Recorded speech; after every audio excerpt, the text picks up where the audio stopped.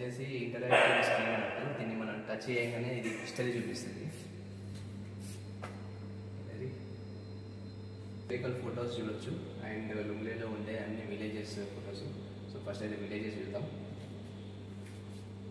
So ఇవన్నీ వచ్చేసి only లుంగ్లే villages.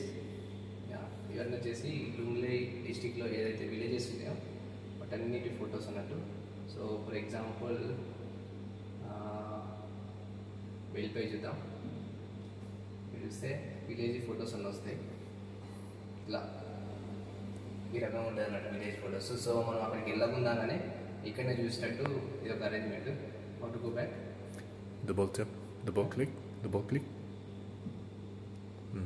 Okay. So ఈ రకంగా విలేజెస్ ఫొటోస్ అన్నీ చూడవచ్చు. ఇంకొకటి మనం నెక్స్ట్ వెళ్ళిన village Chempui. So next I will go maybe this వే.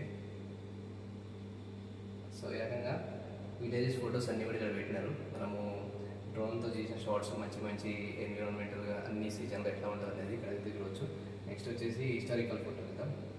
వచ్చేసి హిస్టారికల్ ఫొటోస్ అంటే వీళ్ళ కల్చర్లో ఫేమస్ పర్సన్స్ ఉంటారు కదా. సో వాళ్ళ ఫొటోస్ అన్ని వాళ్ళ ఇన్ఫర్మేషన్తో సహా ఇక్కడ ఉన్నాయి.